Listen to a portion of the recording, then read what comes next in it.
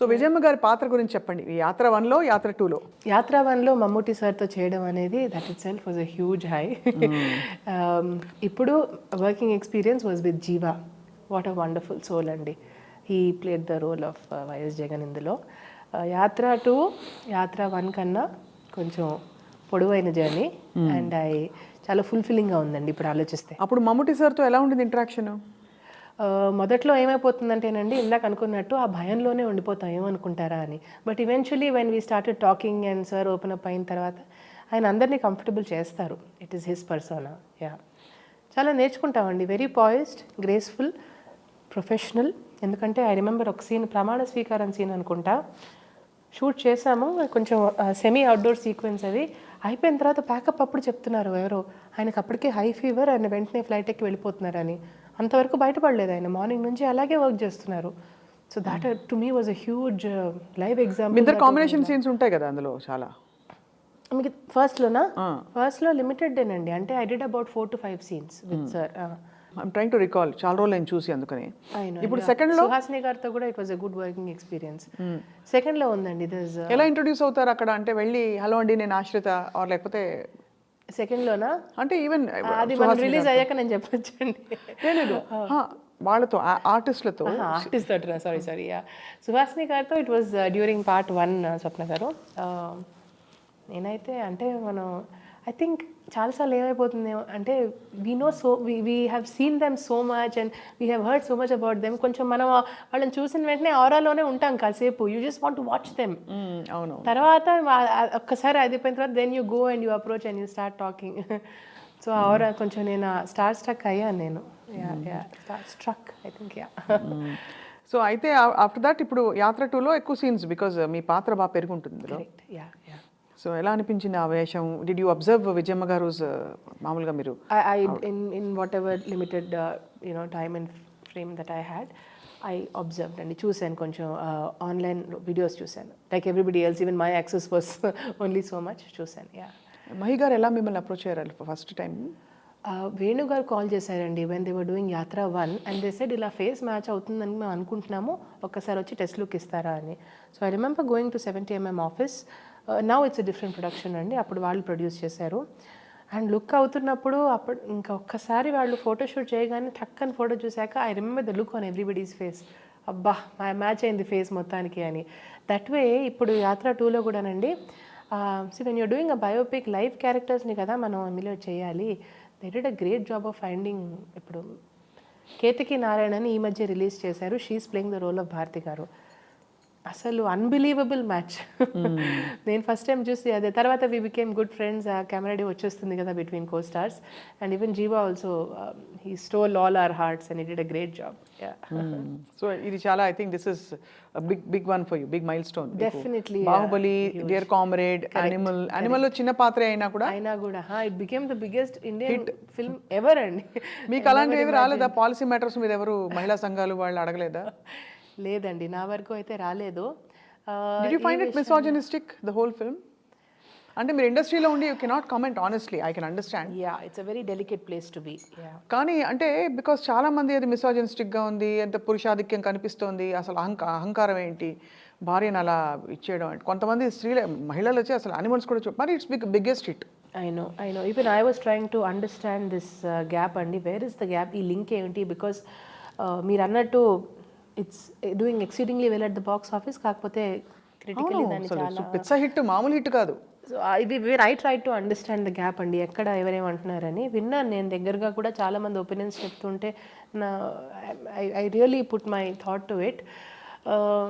నాకు అర్థమైంది ఏంటంటేనండి, హౌ వల్నరబుల్ వీఆర్ అండ్ దాన్ని బట్టి వీ టేక్ అన్ ఎక్స్పీరియన్స్. నేను ఫిలాసఫీ అండ్ ఫిల్మ్స్ అని ఒక ఎలెక్టివ్ చేశాను మై మాస్టర్స్ ప్రోగ్రాంలో, స్వప్న గారు.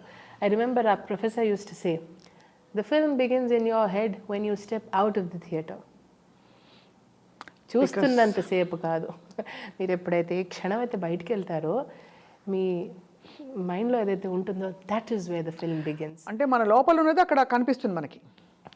I will watch it from my experience కదా. అంతే కదా, అంతే అందరికీ అంతే. సో నేను అదర్వైజ్ ఆల్సో నేను ఇప్పుడు గత 3 ఏళ్ళుగా ఎంత వల్నరబుల్ జోన్లో ఉన్నానంటే, because as a new mom you're always a panic mode on ఉంటుంది, సెన్సిటివ్ జోన్లో ఉంటాము. My husband keeps teasing me, he watches మంచి గోరీ కంటెంట్ హ్యాపీగా చూస్తారు ఆయన, మనం చూడలేవేని అంటారు. యూనో హీ అది వల్ల కాదు అని. So I understand when somebody tells me that it is disturbing them.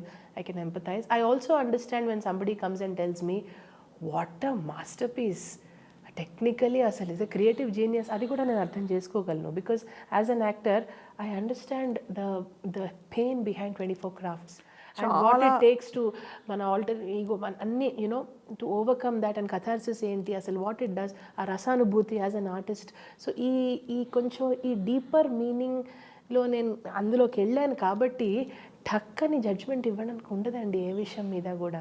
I think otherwise also I don't read much of news at all, because నాకు కొంచెం భయం వేస్తుంది. బట్ టక్కని ఎవరైనా ఏదన్నా when some information is passed, దాన్ని కొంచెం internalise చేసుకోవడమే better. అది వెంటనే డెసిషన్కి వచ్చే తొందర నాకైతే లేదు. I don't feel a need to comment are just say immediately about it. I internalize the experience and I see what it is doing to my system. And నేను అదే ఆలోచించాను, బికాస్ చాలాసార్లు కమ్యూనికేషన్లో 70% ఇస్ బాడీ లాంగ్వేజ్ అంటారు, 30% మాటలో ఉందంటారు. So I could be really snobbish and say, oh hi, how are you feeling? But my body, my facial expression is saying something else, right?